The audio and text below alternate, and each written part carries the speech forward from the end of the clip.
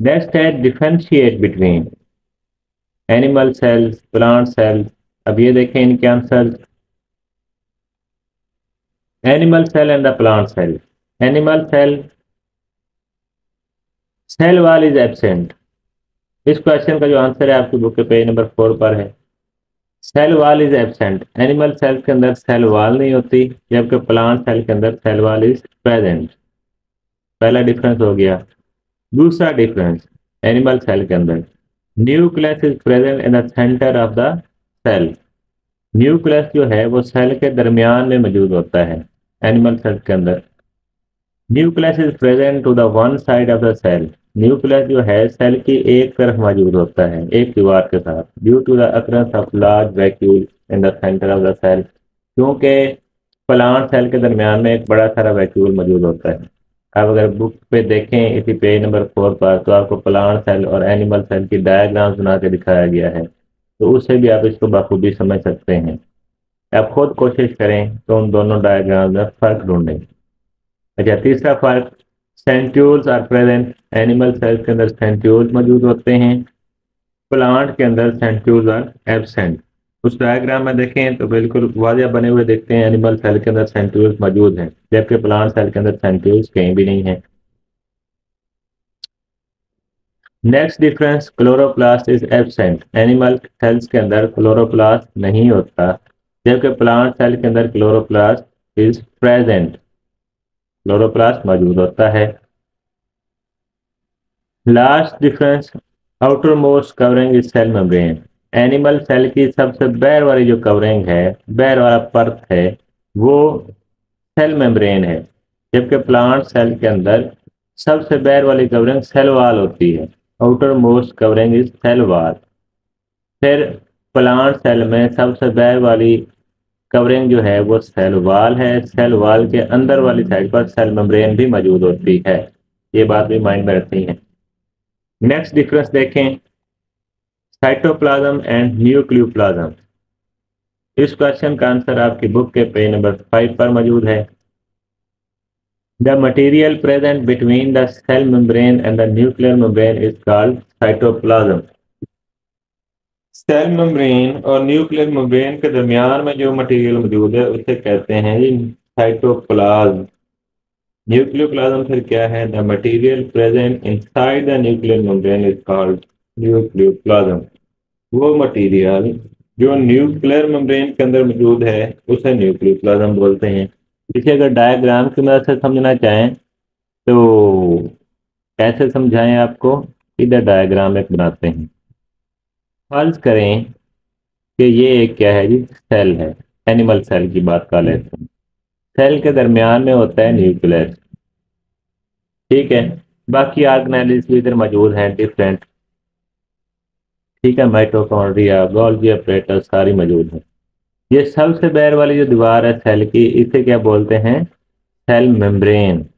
ठीक हो गया। अब ये जो दीवार है, ये न्यूक्लियस की दीवार, इसे क्या बोलते हैं? Nuclear membrane.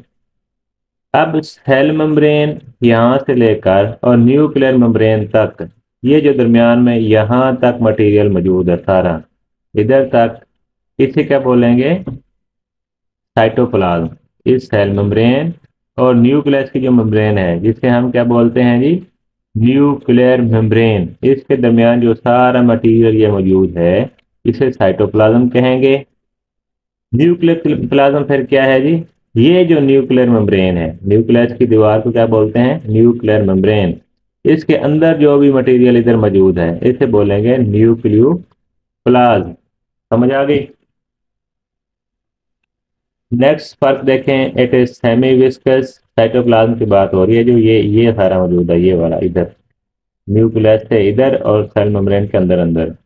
ये सेमी विस्कस होता है, थोड़ा सा चिपकने वाला होता है। कंसिस्ट ऑफ वाटर, इसमें पानी होता है, साल्ट्स होते हैं, प्रोटीन्स हैं, एंड सेल ऑर्गेनेल्स। और सेल ऑर्गेनेल्स हैं। सेल ऑर्गेनेल्स कौन सी हैं? माइटोकॉन्ड्रिया, गोल्गी कम्प्लेक्स, राइबोसोम, इसके अलावा और भी बहुत सारी होती हैं। ये जो लफ्ज़ है ना, ये लफ्ज़ अगर इसे उर्दू में पढ़ें तो ये ऑर्गेनेलिस पढ़ते हैं। इसे क्या पढ़ते हैं? ये ऑर्गेनेलिस या ऑर्गेनेली एक को। अगर इंग्लिश में प्रोनाउंस करें या पढ़ें तो ये ऑर्गेनल है। लफ्ज क्या है जी? Organelle, single organelle, plural organelles. ठीक हो गया। Thread like structure present in the cytoplasm are called chromosomes. Nucleoplasm के अंदर, इधर ये जो साइटोप्लाज्म है ना, ये साइटोप्लाज्म नहीं होना है, इधर न्यूक्लियोप्लाज्म होना है। ये आपने दुरुस्त भी कर लेनी है। इधर क्या होना है? न्यूक्लियोप्लाज्म। न्यूक्लियोप्लाज्म के अंदर जो धागे की तरह के स्ट्रक्चर्स हैं उन्हें क्या बोलते हैं जी? क्रोमोसोम्स। ये एमसीक्यूज में क्वेश्चन आया हुआ था कि क्रोमोसोम्स कहाँ मौजूद होते हैं? न्यूक्लियस के अंदर, या न्यूक्लियस के अंदर धागे नुमा जो शाखाएं मौजूद होती हैं उन्हें क्या बोलते हैं जी? क्रोमोसोम। ये इसी चैप्टर के एमसीक्यू जो हमने पहले किए हैं उसमें ये एमसीक्यू था। आखिरी फर्क देखें। Most of the function of the cell occur in cytoplasm. Cell के ज्यादातर जो काम है वो साइटोप्लाज्म के अंदर ही हो रहे होते हैं, सारे फंक्शन इधर इस दीवार और इस दीवार के दरमियान। इस दीवार को कहते हैं सेल मेम्ब्रेन और इस दीवार को कहते हैं न्यूक्लियर मेम्ब्रेन। इन दो दीवारों के दरमियान जितना भी वो मटेरियल पाया जाता है उसे बोलते हैं साइटोप्लाज्म। और सेल के तमाम तर फंक्शन, ज्यादातर फंक्शन इसी साइटोप्लाज्म के अंदर हो रहे होते हैं। ठीक है। It is the brain of the cell. ये जो न्यूक्लियस है या न्यूक्लियोप्लाज्म है अंदर वाला सारा, ये सेल का क्या है जी? ब्रेन है। And control all the function of the cell, और ये सेल के तमाम फंक्शन को कंट्रोल कर रहा है। मतलब ये कि जितने भी फंक्शन इधर साइटोप्लाज्म में हो रहे हैं सेल के, उनको कंट्रोल कौन कर रहा है? ये न्यूक्लियस और इसके अंदर मौजूद जो मटेरियल है जिसे हम न्यूक्लियोप्लाज्म बोलते हैं, ये कंट्रोल कर रहा है और यही सेल का ब्रेन है। अच्छा, दो क्वेश्चन हो गए डिफरेंस वाले।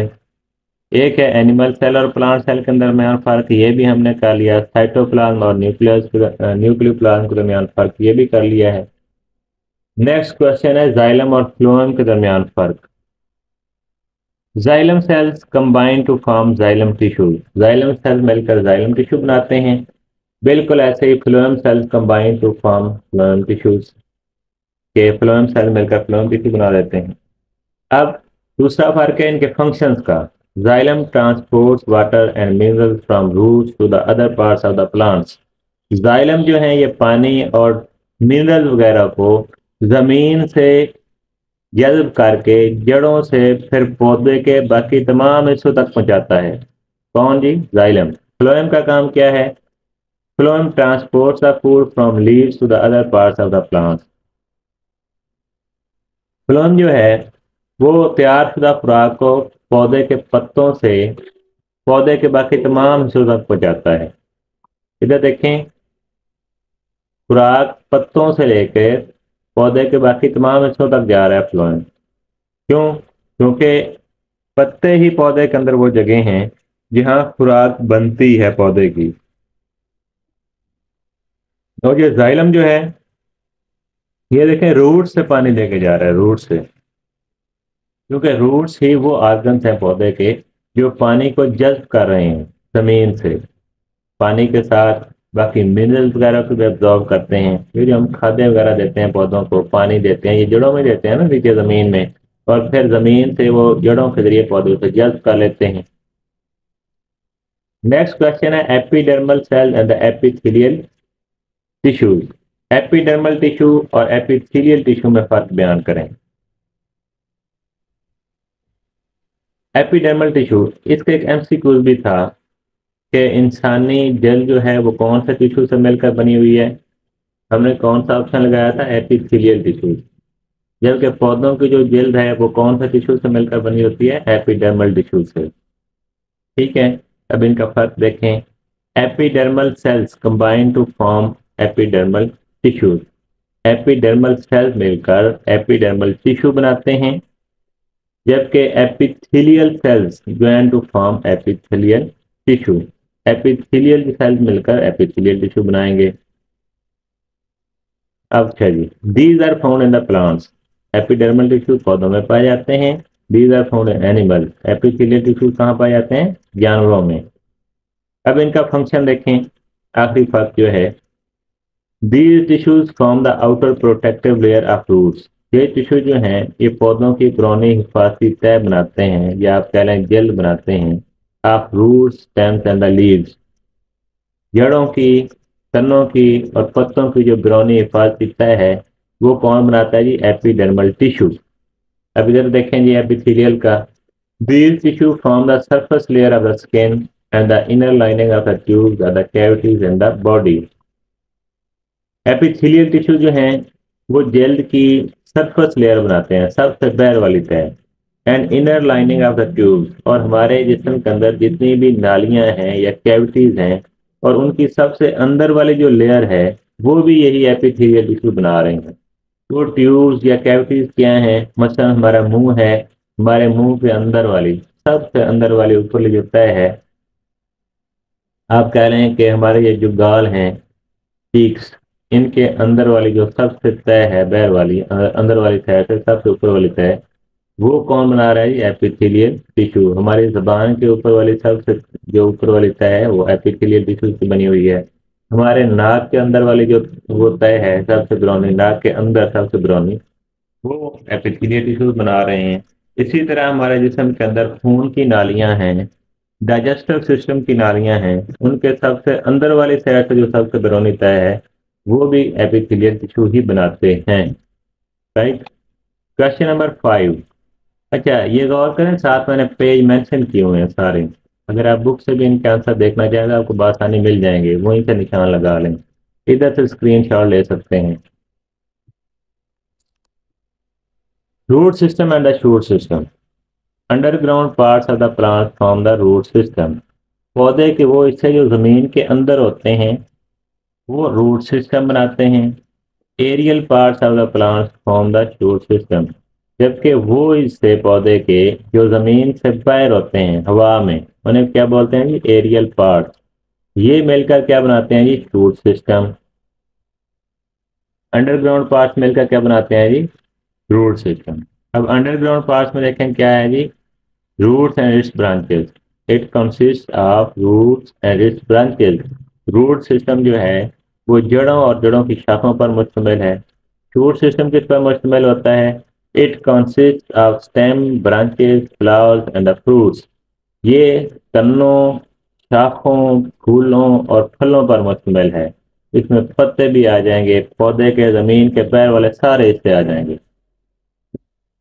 आखिरी फर्क देखें इनमें रूट सिस्टम का, it absorbs water and nutrients from the soil for the plant. ये पौधे के लिए जमीन से पानी और मिनरल्स वगैरह को एब्जॉर्ब कर रहे हैं। जबकि शूट सिस्टम जो है, it supports the plant and makes food for it. ये पौधे को सहारा भी देता है और उसके लिए खुराक भी बनाता है शूट सिस्टम। ये 5 क्वेश्चन जो हैं डिफरेंस वाले, ये भी हो गए आपके। ये देखें जाइलम और फ्लोएम में फर्क, ये भी देख लिया है। एपिथेलियल टिश्यू और एपिडर्मल टिश्यू में फर्क देखा है। 5वां रूट सिस्टम और शूट सिस्टम में फर्क था, ये भी कर लिया।